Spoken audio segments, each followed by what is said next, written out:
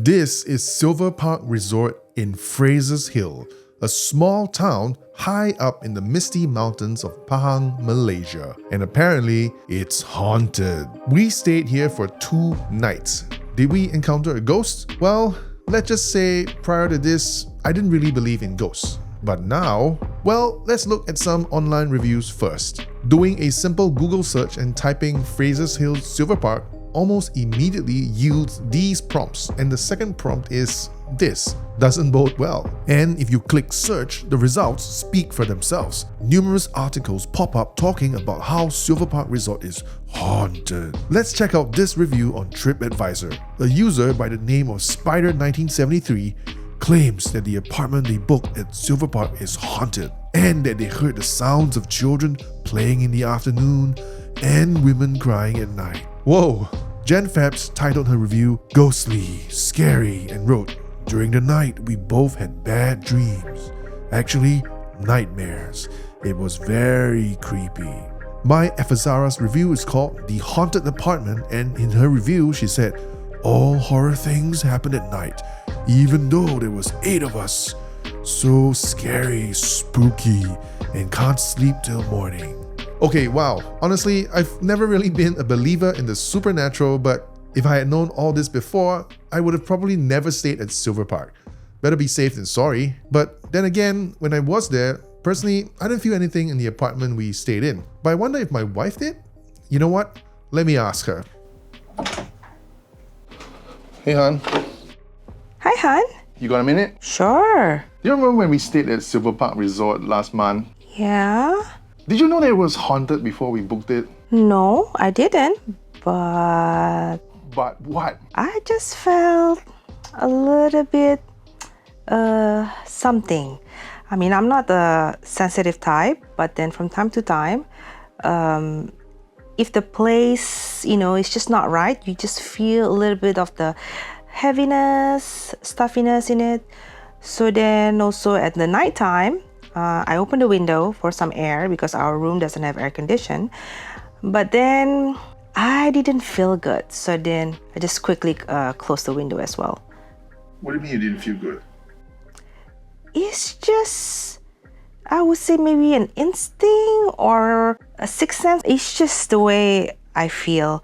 But I do feel, since we're all together as a family, we will be okay. What? Why didn't you tell me when we were there? You know what? Actually, it's good that you didn't tell me. If you had told me, I could never have any sleep. But you know what? Don't tell me ever again. Phew.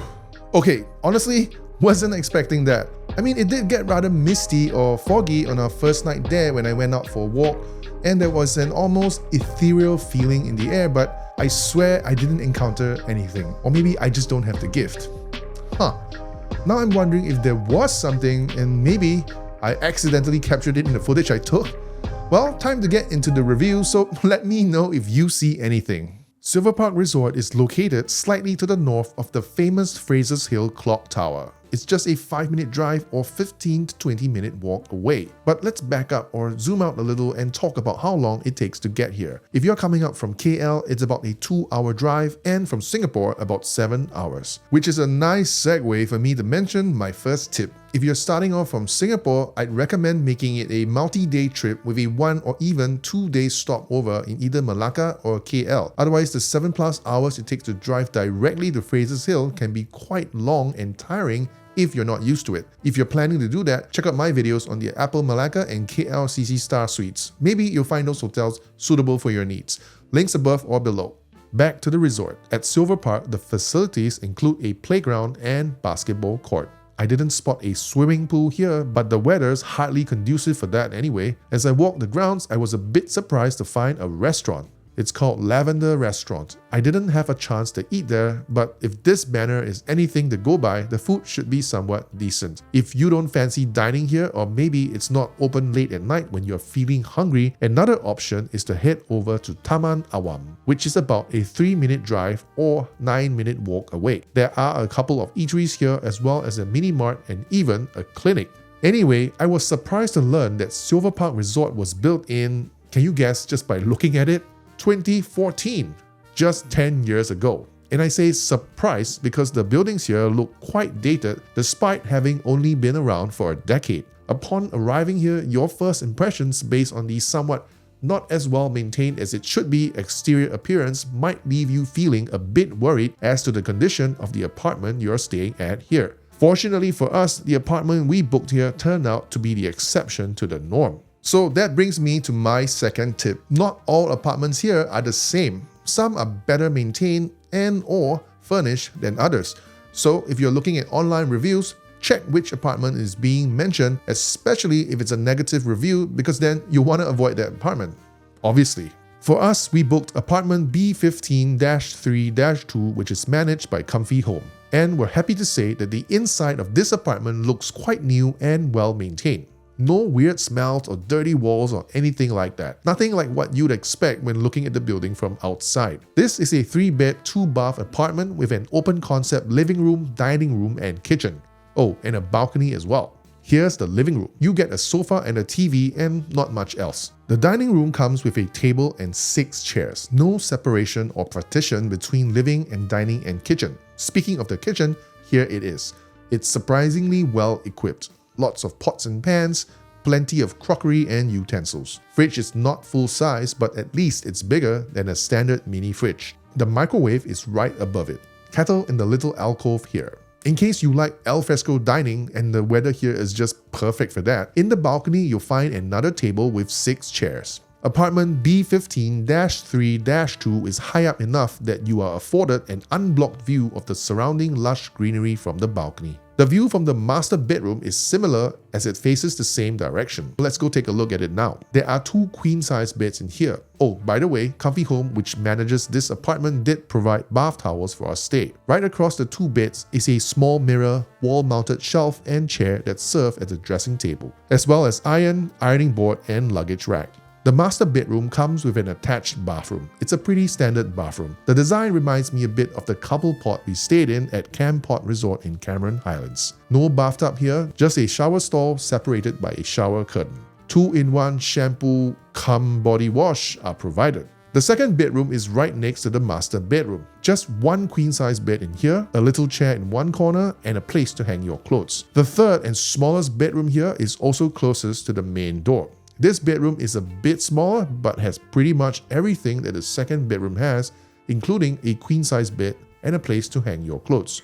Between the second and third bedroom is the second bathroom. It's just like the attached bathroom in the master bedroom but a bit smaller. That's about it for this quick apartment tour. Other things you might want to note: there are no wardrobes anywhere in this apartment. No aircon either, just ceiling fans for ventilation. No washing machine as well. And no lift here, which by the looks of this comment from someone whom I'm hoping is one of my subscribers, could be an even bigger problem from some of you out there. Bigger than even the apartment being haunted? Joking aside, luckily, apartment B15-3-2 only required a brief climb up a short staircase, roughly 10 steps or so. But of course, if you're booking an apartment higher up, well, get ready for some exercise. Okay, so to conclude, if you're visiting Fraser's Hill, why stay at Silverpark Resort? Well, for starters, the buildings and facilities may be old and not well maintained, but if you pick the right apartment, then it's really not that bad. You just have to make sure you choose an apartment that's been recently renovated or refurbished and well maintained, like apartment B15-3-2 by Comfy Home. Also, if you're traveling with a family of 5 or more like we did, then the price is fairly reasonable for a 3-bedroom apartment with 2 bathrooms, living room, kitchen, balcony, and so on. We paid about 130 Singapore dollars per night, which works out to be 26 Singapore dollars per person. Given that there are 4 queen beds in this apartment, you could conceivably fit up to 8 people, which would bring your per person cost down significantly. Finally, for all the talk of it being haunted and scary and all that, which maybe it is, maybe it isn't, I don't know. For me, it was a quiet, peaceful, and serene experience staying here, and the price, at least for the apartment we stayed in, is reasonable for the value and comfort it offers. Alright, that brings this review of Silverpark Resort to a close. Let me know what you thought of it in the comments below. And please like, subscribe, and share with your family and friends. If you're planning a holiday to Fraser's Hill and you're wondering what to do and eat when you're here, check out my next video. Thanks for watching this one and see you in the next one. Bye for now.